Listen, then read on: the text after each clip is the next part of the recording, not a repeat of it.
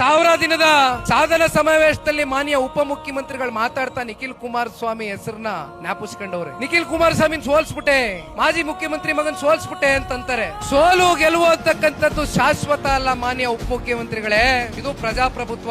ಪ್ರಜಾಪ್ರಭುತ್ವದಲ್ಲಿ ಯಾವ ಸಂದರ್ಭದಲ್ಲಿ ಯಾರಿಗೆ ಗೆಲ್ಲಿಸಬೇಕು, ಯಾರನ್ನ ಮನೆಯಲ್ಲಿ ಕೂರಿಸಬೇಕು, ಯಾರ ಮೂಲಕ ಈ ರಾಜ್ಯ ಕಟ್ಟಿಸಬೇಕು, ಯಾರನ್ನ ತಿರಸ್ಕಾರ ಮಾಡಿ ಮನೆಗೆ ಕಳಿಸಬೇಕು ಅಂತ 2028ಕ್ಕೆ ಕನ್ನಡ ನಾಡಿನ 7.5 ಕೋಟಿ ಕನ್ನಡಿಗರು ತೀರ್ಮಾನ ಮಾಡ್ತಾರೆ. ಕಾಯೋಣ. 3 ಚುನಾವಣೆಗಳಲ್ಲಿ ಸೋತಿರಬಹುದು. ಚುನಾವಣೆಯ ಗೆಲುವು ಸೋಲಿನ ಮೇಲೆ ನಾಯಕತ್ವ ನಿರ್ಧಾರ ಆಗ್ಲಿಕ್ಕಿಲ್ಲ. ಒಬ್ಬ ನಾಯಕನಿಗೆ ಬೇಕಾಗಿರ್ತಕ್ಕಂಥ ಗುಣ ನಮ್ಮನ್ನ ನಂಬ್ಕೊಂಡಿರ್ತಕ್ಕಂಥ ಕಾರ್ಯಕರ್ತರು, ನಮ್ಮನ್ನ ನಂಬ್ಕೊಂಡಿರ್ತಕ್ಕಂಥ ವರ್ಗ. ಇವತ್ತು ಒಂದು ಪ್ರಾದೇಶಿಕ ಪಕ್ಷ ಈ ರಾಜ್ಯದಲ್ಲಿ ಬಹಳ ಜನ ಕಟ್ಟತಕ್ಕಂಥದಕ್ಕೆ ಪ್ರಯತ್ನ ಮಾಡಿದ್ರು. ಆಯಾ ರಾಜಕಾರಣದ ಸನ್ನಿವೇಶಕ್ಕೆ ತಕ್ಕಂತೆ ತುಂಬಾ ಜನ ಕಟ್ಲಿಕ್ಕೆ ಪ್ರಯತ್ನ ಮಾಡಿದ್ರು. ಒಂದು ಚುನಾವಣೆ ಕಳಿತು, ಪಕ್ಷದ ಕತೆ, ಅದರ ಅಸ್ತಿತ್ವ ಅಲ್ಲಿಗೆ ಮುಗಿತು. ಜನತಾದಳ ಪಕ್ಷದ ಕಾರ್ಯಕರ್ತರು ಒಂದ್ ರೀತಿ ಸೈನಿಕರಿದ್ದಂಗೆ, ಯೋಧರಿದ್ದಂಗೆ, ದೇಶಕ್ಕೆ ಯಾವ ರೀತಿ ಪ್ರಾಣ ಕೊಡ್ಲಿಕ್ಕೂ ಸಿದ್ಧ ಇರ್ತಾರೆ, ಅದೇ ರೀತಿ ಪಕ್ಷಕ್ಕೋಸ್ಕರ ಯಾವ ಹಂತಕ್ಕೆ ಬೇಕಾದ್ರೂ ಕಾರ್ಯಕರ್ತರು ಹೋಗ್ಲಿಕ್ಕೆ ಸಿದ್ಧ ಇದ್ರೆ ಅದು ಜಾತ್ಯತೀತ ಜನತಾದಳ ಪಕ್ಷದ ಕಾರ್ಯಕರ್ತರು ಮಾತ್ರ ಅಂತಕ್ಕಂಥದ್ದು ಈ ಸಂದರ್ಭದಲ್ಲಿ ನಾನು ಬಹಳ ಗಟ್ಟಿಯಾಗಿ ಹೇಳ್ಬೇಕಾಗುತ್ತೆ.